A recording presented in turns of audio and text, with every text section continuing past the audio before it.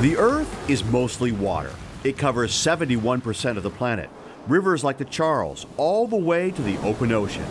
And in particular, that the color of the ocean is going to be one of the first early warning signs that changes to the marine ecosystems are happening. Stephanie Dukovich is a research scientist at MIT.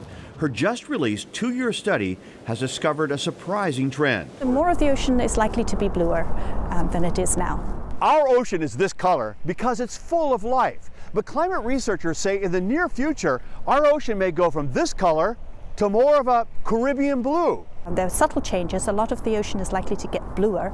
That means that the plant life is decreasing and there's less of it. Scientists have been charting the color of the ocean using satellite imagery since the 1990s. They're using wavelengths of light that are absorbed and reflected by the organisms in the water. Color of the ocean comes around because of the things that are in the ocean.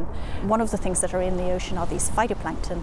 These tiny creatures are the building blocks for all sea life in the ocean. As they move, die, or are replaced, the ocean changes color. These new computer models are already seeing color shifts in deep waters offshore, and they're predicting changes in the phytoplankton levels in the future. Studies suggest that by about 2100, about half of the ocean is going to have a different color. While blue are around here, researchers say the poles and equator will likely feature greener water as different types of phytoplankton flourish. So it's an incredibly complex world, and we're only just beginning to get this sort of scratch the surface of understanding it. So we need to continue the research to be able to understand it better. Wow. Interesting. Yeah, and an interesting statistic. According to the Union of Concerned Scientists, 97% of climate scientists agree that global warming is real and largely caused by humans. However, there's a big disconnect. Only 53% of the general public believes that humans are the cause of all the climate change that we talk about.